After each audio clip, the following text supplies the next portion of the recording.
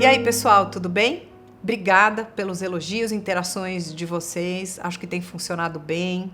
Quando a gente consegue acatar sugestões de vocês, a gente acata, porque a gente sempre precisa de histórias novas. A pessoa sendo do estado de São Paulo e podendo vir, a gente traz. Tem dois temas que a gente nunca fez aqui no programa e a gente queria muito fazer. Estamos com dificuldade para achar pais de crianças e filhos desaparecidos. A gente tentou contato com uma mãe que tem uma ONG, ela não responde a gente. Então, se você tiver o contato, uma indicação, ou se você é a mãe que teve um filho desaparecido ou conhece alguém, deixa nos comentários também, ou manda no direct do meu Instagram, Mariana Kupfer, o telefone, a gente agradece muito. Uma história também que a gente queria fazer é uma mãe ou pai de alguém que faleceu na Boate Kiss, ou até que sobreviveu, mas alguém que viveu essa história para contar pra gente. Então, novamente passando para agradecer sempre a audiência, os elogios.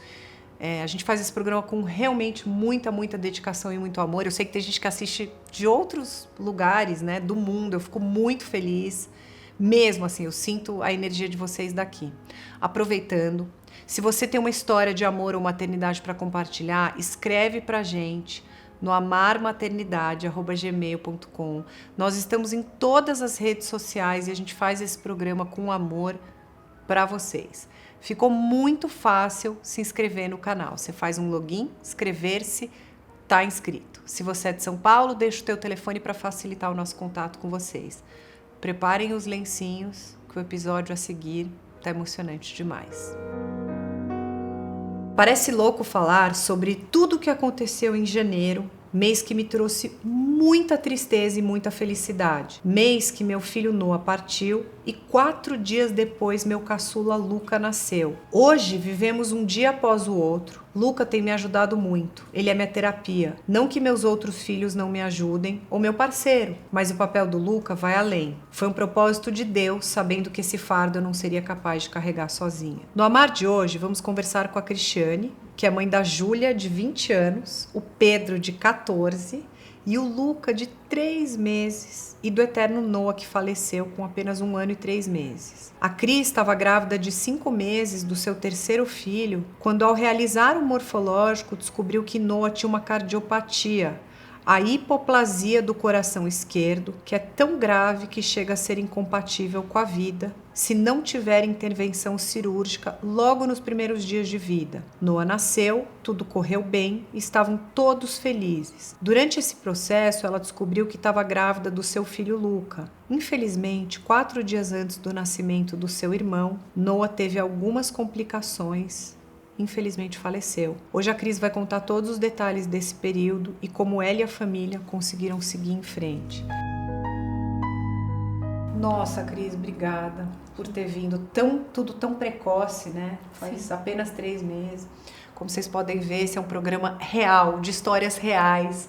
E o lindo Luca tá mamando aqui com a Cris, bebê mais fofo. Já peguei no colo, já chorou de lágrimas, já riu também. Mas essa é a maternidade real. A Cris veio hoje aqui e ele tá mamando pra gente conseguir gravar, né? Porque senão ele não ia dar sossego pra gente. Você já tinha 2 filhos mais velhos, né? Sim. Como eu falei, a Júlia e o Pedro. Sim. E aí passou alguns anos e você já tava tentando há 5 anos engravidar do terceiro filho? Sim, 5 anos que a gente tava tentando e não vinha. E aí quando a gente conseguiu, veio o Noah. 5 anos tentando e Sim. aí vocês finalmente receberam a notícia do positivo. Exatamente. Como é que foi esse momento, Cris? Foi mágico, né? Nós tivemos algumas perdas, né? Alguns abortos que acabaram impactando bastante emocionalmente. Porém, todos superados. E aí, 5 anos depois, foi mágico, né? Que máximo. Isso, foram 5 meses, assim, maravilhosos. Cris, quando você estava grávida de 5 meses, você foi fazer um morfológico do 2º trimestre. E vocês acabaram descobrindo que o Noah tinha uma condição bem séria. O que foi? Durante o exame, a gente descobriu que ele tinha só uma parte do coração tinha se desenvolvido, né? O coração ele já se desenvolve 100% até a 8ª semana. Então, não tinha chance de desenvolver, né? E esse déficit no desenvolvimento chama hipoplasia do coração esquerdo. Então, é quando metade do coração vai fazer toda a função do organismo. Então, a gente tem um lado direito que bombeia sangue pro lado direito pro pulmão, aliás, e o lado esquerdo que faz essa função pro corpo inteiro, né? Então, ele não tinha o que faz a função pro corpo inteiro. Ele só tinha a metade e sem cirurgia não tem como sobreviver. Obviamente, como qualquer pai e mãe, vocês ficaram super assustados com a notícia. Só que vocês tinham que seguir em frente para garantir a sobrevivência do Noah. Como é que foi a partir daí? Você estava grávida de 5 meses, você teve essa informação, como é que você tocou a gravidez a partir daí? A partir daí a gente teve o choque, lógico, é sentido por todo mundo, a gente teve aquele choque inicial. Uma semana depois eu tinha que acordar e correr atrás de dar oportunidade para ele de vir e ter chance. Porque enquanto ele está na barriga, nada impede ele de... Ele fica bem enquanto ele está na barriga porque eu realizo todas as funções para ele. Então, a partir do momento que nasce, é onde que dá o problema, né? E aí ele precisava já vir em um hospital de referência, com um cirurgião que já tivesse conhecimento da cardiopatia. Então, tem um longo caminho até você chegar nisso, né? Então, aí foi a luta de procurar pessoas, saber como que eu conseguiria chegar até o hospital referência que pudesse realizar essa cirurgia, quais seriam os trâmites, como que seria, se teria que pagar, se não teria que pagar, se seria... realizado pelo convênio, se seria particular, né? Então, assim, é bem difícil, mas a gente conseguiu. Então... Porque você precisaria dar luz no mesmo hospital que ele faria a cirurgia ao nascer ou não? Sim, ele não nasce em maternidade, ele tem que nascer no hospital que ele vai fazer a cirurgia. Que bom que você teve a informação pelo exame, por um lado, né, Cris? Assim. Então, nesses últimos meses remanescentes da gestação, você se ocupou em descobrir o que seria melhor, um cardiologista, cirurgião, o hospital, e até aí foi tudo certo. Foi tudo certo. E aí, em setembro de 2021, o Noah estava a caminho. Então eu queria saber como é que foi o parto e quais as medidas que foram tomadas assim que ele nasceu, Cris. O parto foi maravilhoso, porque durante a gestação a gente sabe como que é um cardiopata, né? Os riscos. Então, quando nasce, não sabe se ele vai nascer roxo, se ele não vai nascer roxo, se ele vai precisar de suporte respiratório assim que nasce ou não. Então, você fica nessa angústia, né? E ele nasceu lindo, ele nasceu rosado, não precisou de suporte. Ele pôde ter aqueles primeiros momentos comigo, era uma coisa que a gente não tinha certeza se ele ia poder, se ele ia nascer e já ser entubado e subir para UTI ou se ele ia poder ter aquele momento com a gente. Então, quando eu vi o Noah vindo, eu já pensei, nossa, meu filho tá bem, né? A primeira etapa dele, ele já... Opa! Oi, Toshinha! Oh, meu Deus! A primeira etapa ele já venceu. Né, então ele nasceu sem estar roxo, tudo Sim. bem. Se não fosse os exames, a gente não saberia.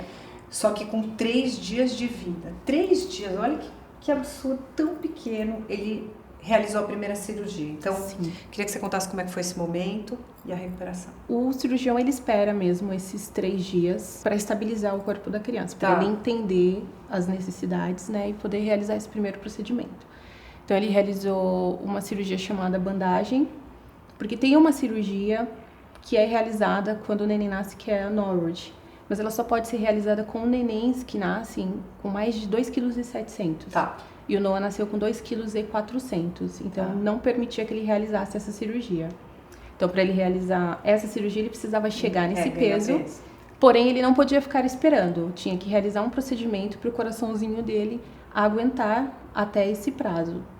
Tanto que é nesse sentido que vale a importância de você fazer um ecocardiograma durante a gestação.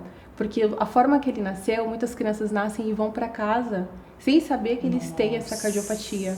E voltam às pressas, porque o canal arterial fecha e a criança não consegue bombear o sangue. Então, mesmo se você não tem, por exemplo, um histórico familiar, está fazendo seu pré-natal, é indicado fazer esse exame? Sim, porque essa cardiopatia, ela não é de genética. Olha que alerta importante aí, gente. Não é genética. Então, ele não pôde realizar a cirurgia padrão, ele teve que fazer uma outra. Isso, então, ele fez uma cirurgia paliativa. Tá, qual foi e como é que foi a recuperação dele? Ele fez a bandagem, ele realizou a bandagem no dia 16 de setembro. Dia 19 ele já foi estubado, né, tirou o tubo. Foi perfeita, foi uma recuperação maravilhosa E aí foi aguardar, ele atingiu os 3 quilos, peso. isso, para poder realizar a cirurgia de Norwich, que é a cirurgia mais importante, né? É a mais impactante também que ele realiza, porque ele desce do centro cirúrgico com o peito aberto, né? Eles não fecham por conta do inchaço. Quanto tempo depois da primeira cirurgia paliativa ele pôde realizar a de Norwich? Ele fez com 45 dias. Que já estava com peso. Que já estava com peso. Aí desce do centro cirúrgico com o peito aberto. Com o peito aberto. Como é essa recuperação, Cris? São vários medicamentos, vários aparelhos, né? Para realizar as funções, para ajudar ele nas funções, né? E tem o Noah, ele teve um sangramento durante o procedimento e ele acabou precisando entrar em ECMO. Nossa. Né? Então vamos explicar aqui, com a Covid todo mundo ficou sabendo um pouco mais do que é o ECMO, que é uma máquina que faz a função do órgão, pode ser o pulmão, do coração. Isso. Cris, uma dúvida. Quando uma criança tem essa cardiopatia, ela se mostra já enquanto ela está no ventre da mãe, ou ela pode adquirir, ou você não sabe ao longo? Não, a partir o coração ele se forma até a 8ª semana. Então tá bom. Então se não teve, não vai ter na vida. Se não teve, não vai ter. E essa cirurgia é congênita. Desculpa. Entendi. Essa cirurgia de Norwich, ela é uma cirurgia que os médicos, claro, a medicina não é uma ciência exata, mas ela é uma cirurgia que em tese corrige o problema para sempre, ou ela é só uma tentativa? São 3 procedimentos cirúrgicos, que é a Norwich, o Glenn e o Fontan. E Norwich é a primeira. Então, se a criança consegue, vamos dizer assim, fazer os 3, tá cessado o problema? Aí é acompanhar com medicação. Entendi. Ainda estão descobrindo. Entendi.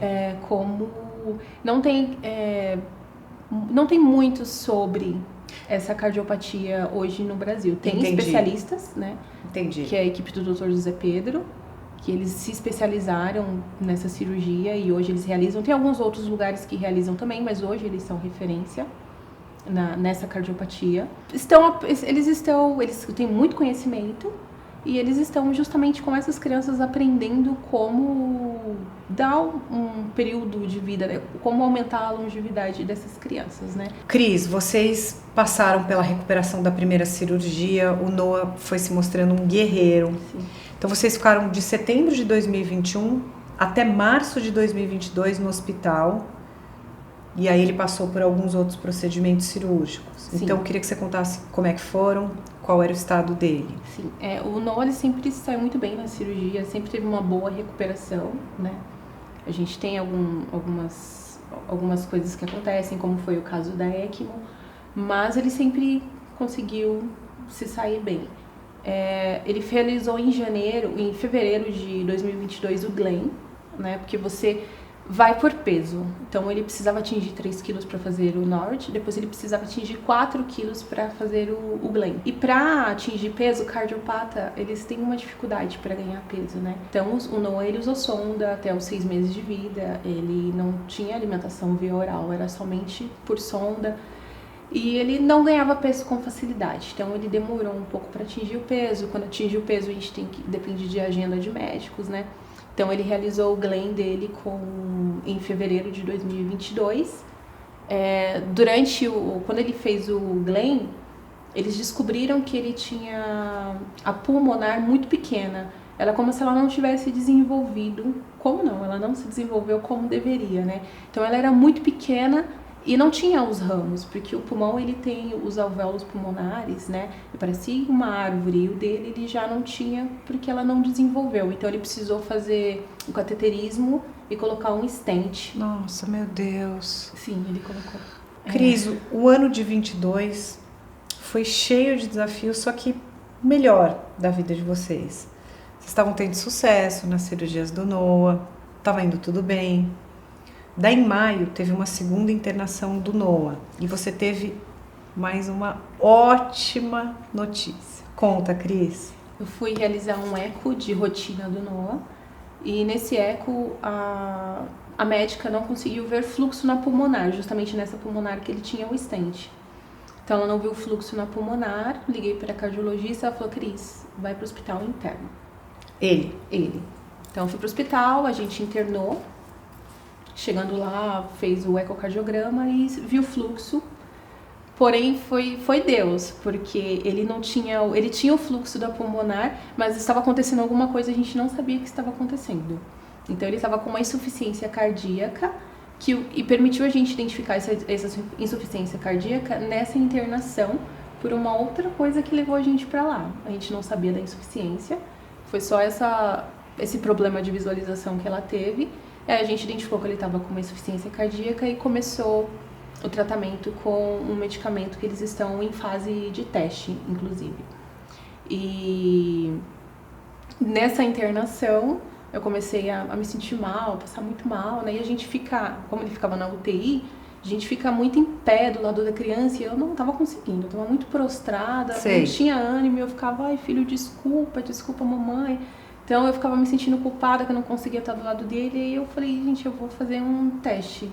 E aí a gente não previnia, mas também não estava esperando. Foi uma surpresa muito boa, mas foi uma surpresa. Em junho de 2022, o Noah teve a segunda alta. E aí pra frente foi só felicidade, vocês estavam trabalhando no desenvolvimento dele, preparando tudo para a chegada do Luca, que está aqui no seu colo. Alguns meses passaram, vocês tiveram que correr com o Noah para o hospital. Cris, o que aconteceu? A gente estava num domingo em casa, que foi dia 8 de janeiro. Todo mundo tranquilo, ele estava diferente, mas ele estava muito bem. Foi assim, a gente dormiu na cama, a gente dormiu atravessado nessa noite, e o Noah, ele sempre dormia no travesseiro e ele acordava atravessado. E essa noite ele acordou no travesseiro. Eu falei, meu marido, nossa, aprendeu a usar o travesseiro, né? E ele estava brincalhão, muito sorridente. E quando foi às 6 horas da tarde no domingo, ele começou a fazer cocô. E ao realizar a força para fazer, ele teve um bloqueio da valsalva. E quando a pessoa tem esse bloqueio, geralmente ela desmaia, né? Mas como ele já tinha um problema no coração, ele acabou tendo uma parada cardíaca nesse momento. E aí foi aquele momento, não tem como explicar, é desespero. Eu comecei a gritar, não conseguia ter reação. Mas por que? Ele ficou roxinho? Não, ele começou ele não emitia nenhum som. Nossa. E ele olhou pra mim com um olhar assim de desespero e ele caiu de lado. E aí quando ele caiu, eu vi que não tinha alguma coisa, porque pra mim ele tava chorando porque ele tava fazendo cocô. E aí ele caiu de lado, eu gritei pro meu marido, Noah não tá bem, corre. E aí ele veio o meu filho, a gente começou a procurar a chave do carro. Nessa hora todo mundo super nervoso. A chave do carro estava na frente da gente, a gente só achou depois que o vizinho levou. Mas ele estava consciente, acordado? Não, estava desmaiado. Ele já estava desacordado. Quando eu peguei ele enrijeceu todo o corpo. Meu marido começou a tentar realizar os procedimentos e a gente procurando a chave, foram uns 8 minutos que a gente calcula, até que minha filha falou, eu vou na rua, eu vou gritar. Aí ela foi na rua, começou a gritar, socorro, socorro, e aí o vizinho ouviu, aí ele já tirou o carro, já levou o meu marido. Na esquina da minha casa tinha um policial, e aí eles pararam o policial e falaram o que estava acontecendo, então ele escoltou o carro até o hospital. Então eles conseguiram chegar muito rápido no hospital. E aí vocês tiveram que aguardar uma transferência? Aí ele reanimou, os médicos falaram que ele estava evoluindo muito bem, então a gente já deu aquela acalmada, ele vai ficar bem. Quando você chegou no hospital, te deram algum prognóstico? O que ele teve naquele momento ao fazer a força tinha a ver com a condição cardíaca dele? Foi nesse momento que eles explicaram pra gente desse bloqueio e que foi tão grave, porque é muito raro acontecer e quando o caso acontece, causa um desmaio. Como ele já era cardiopata, infelizmente ele teve a parada cardíaca. E eles explicaram o que aconteceu, que foi esse bloqueio da valsalva. E como ele já era debilitado, aconteceu o que aconteceu. Aí eles conseguiram reverter assim, eles conseguiram estabilizar ele. E aí começou o processo de transferência, né? Então eles falaram, a partir de amanhã a gente já consegue transferir ele para o hospital de referência, porque esse hospital que ele estava não tinha ECMO e para neném cardiopata, para algumas situações é fundamental. Claro. Ele mesmo já fez uso uma vez, então é fundamental. Então o hospital ele não atendia o nono que ele precisava a partir desse momento. Ele não tinha ECMO, eles não podiam atender ele. Então a gente começou a esperar a transferência. Na terça-feira, às 10 horas da manhã, no dia 10, ele teve a segunda parada cardíaca. Foi onde eu comecei a entrar em desespero e começar a tentar fazer eu mesma a transferência, porque eu não sabia que os pais poderiam solicitar a transferência. Eu achava que somente o hospital poderia solicitar, mas não. Os pais, eles entendendo que o local não tem condições de atender o seu filho, você pode entrar em contato com o convênio e você solicitar a transferência. Então eu entrei em contato com o convênio após uma orientação que eu recebi e pedi a transferência. Aí quando eles entraram em contato com o hospital, eles falaram, olha, a gente vai conseguir liberar ele para transferência às 4 horas da tarde. Mas quando foi a 1h30 da tarde, ele entrou em parada novamente. Meu Deus do céu.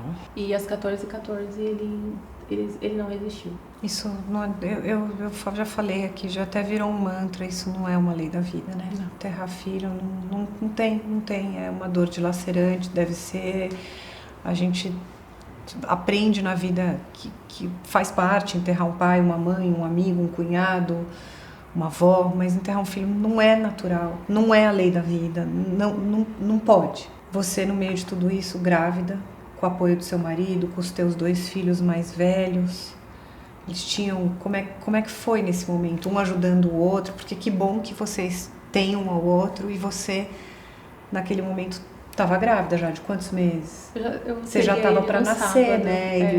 Ele nasceu 4 dias depois. 4 dias depois, eu já estava de 9 meses. Como é que você foi de um cemitério, do luto, para uma sala de parto, para uma alegria em pouquíssimos dias? Sim, é inexplicável. É como eu disse, são dias de luz e dias de escuridão, né? Oh, meu Deus. Aí. O dia que o Noah partiu, eu fiquei sem chão. Acho que não tem uma mãe que não ficaria. É algo que não dá pra explicar. Às vezes eu me pego num lapso assim que parece que não é real. Parece que eu não tô no meu corpo. E de repente eu volto e eu falo, não, eu tô, aconteceu mesmo. Aconteceu e veio esse presente lindo na sua vida. Oi! Ai, que lindo! Cris, então, como a gente contou aqui, você perdeu o Noah. 4 dias depois nasceu o Luca. Então, eu queria que você contasse desse momento do parto. A gente falou bastante já do misto de sentimentos, mas eu queria que você contasse do parto do Luca. Se correu tudo bem, como é que foi? Foi um parto planejado, estourou sua bolsa? Foi planejado. Eu faço aniversário dia 14 de janeiro, né? Então eu planejei que ele nascesse no dia 14 de janeiro. Então ele veio no momento que a gente planejou, que a gente esperou. Eu fui muito acolhida pela minha obstetra, que sempre acompanhou minha história, a história do Noah. Uhum. Foi lindo. A minha família estava lá no hospital para ver pelo vidro o nascimento do Luca. Então foi maravilhoso. Ele nasceu rosado, enorme, gordo, não tinha nenhum problema. Pôde ficar comigo, ele não ficou comigo e depois ele foi levado para uma UTI, né? Ele ficou comigo e dali ninguém mais tirou ele de perto de mim. E desde então a gente não se afastou, né? Foi um momento de alívio, de tipo, você passou por tudo aquilo, mas calma, que vem muita coisa boa. Sim, e vê. Cris, 4 meses que o Noah faleceu, como que vocês estão? A gente tá lutando todo dia pra superar, né? Tem dias fáceis, dias difíceis. Eu não sei se eu passei pelo luto, se eu tô passando, eu não sei te dizer qual é o sentimento que eu tenho, de tristeza, mas eu não sei te dizer qual o sentimento que eu tenho, né?